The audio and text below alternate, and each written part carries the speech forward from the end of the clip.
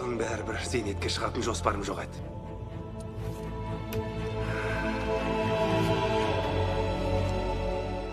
Ал мен де тұрдым, ризасыңдар ма? Бәріміз аяғымыздан тік тұрмыз. Шеңбер жасап тұрған 5 есі уас.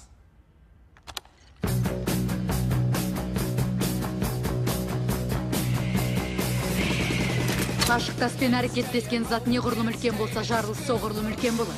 Ронан ғаламшардың бетіне тасты тигізсе бітті. Бәрі бұрқ етеді. Жануарлар, Нова Корпус. Барлығы өледі.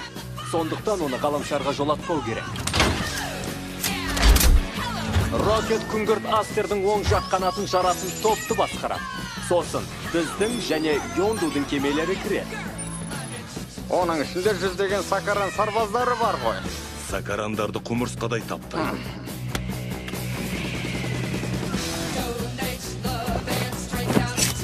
Біздің кемеге кіргенімізді біле салысымен Ронан мықты қауіпсіздік есіктерінің артына жасырынады. Мен оны кеменің қуатын өшіру арқылы аша аламын.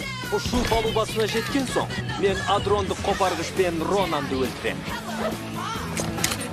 Сөйтіп Ронан өлген сәтте біз тасты өзімізге қайтарамыз. Оны мына контейнерге саласыңдар. Оны ұстасаңдар, өлесіңдер. Мен бізді тұтындаған Нова офицерлерінің бірімен хабарластым. Біз көмекке келе жатқанымызға сенеді деп үміттенем. Жоспарымыз іске асу үшін тағы бір нәрсе керек. Мына жігіттің көзі. Жоқ, керек емес. Жоқ, ол көздің бізге қажеті жоқ. Жоқ, расында да қажет. Өте қажет. Ронан флотын көріп тұрмыз.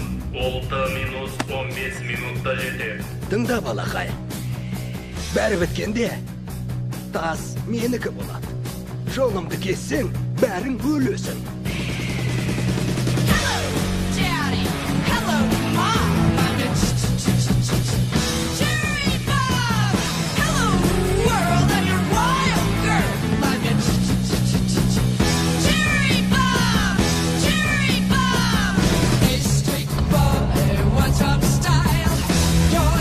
Тартай қажеттері.